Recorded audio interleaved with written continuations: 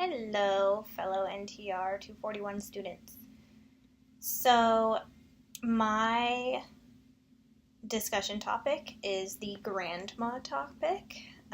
Your family knows you're studying nutrition and has told you that grandma is getting older and she does not seem to drink much water. The elderly are at a higher risk of developing dehydration, and you do not want this to happen to grandma. What advice do you have for grandma, and what are the potential symptoms and health concerns you have for her? So it is important to help make the family aware of the risks associated with grandma becoming dehydrated and to inform the family that grandma's body has different needs than we do. Bringing to attention reasons why grandma is not drinking much water can be helpful when attempting to fix the problem. Older people naturally have lower volumes of water in their bodies, and changes in the sodium-water balance are apparent, so their risk of becoming dehydrated is greater than that of a younger, healthy adult.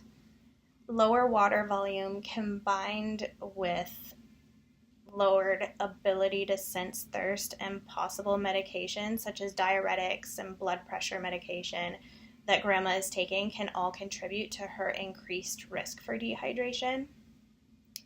Another factor that many don't think about is that as we age, we aren't as mobile as we used to be. So a lot of older people will dread having to get up every 20 minutes to go to the bathroom because it's hard for them to keep getting up and getting back to being comfortable, or waking up in the middle of the night to have to go to the bathroom. They don't want to do that, so they often drink less water. So as you can see, it's really easy for grandma to become dehydrated and why she just doesn't want to drink water. But let's look at some other health concerns associated with dehydration among old people. Symptoms to be aware of include low blood pressure and dizziness, which can lead to imbalances physically and increase their number of falls.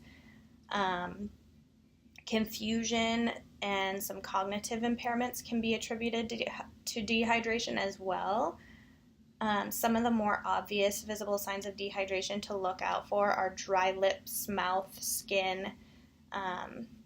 There's actually like a little test I learned in esthetician school that if you pinch the skin on the back of your hand or your arm and it doesn't bounce back to where it was, if it just kind of like stays and it slowly oozes back to flat, that's a sign of dehydration. So you can kind of look for that in grandma. Sunken in eyes, the inability to produce tears or sweat, those are serious signs of dehydration as well.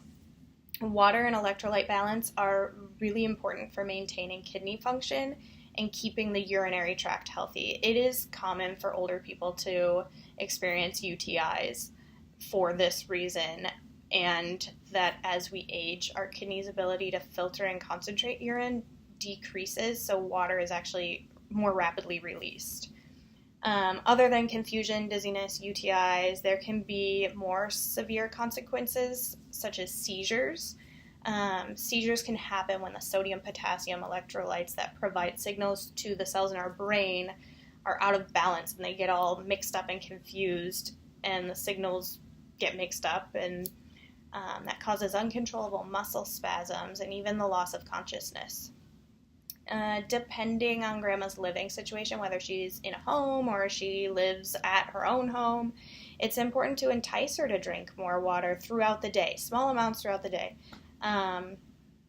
There's ways we can do that there's electrolyte tablets. I use them all the time.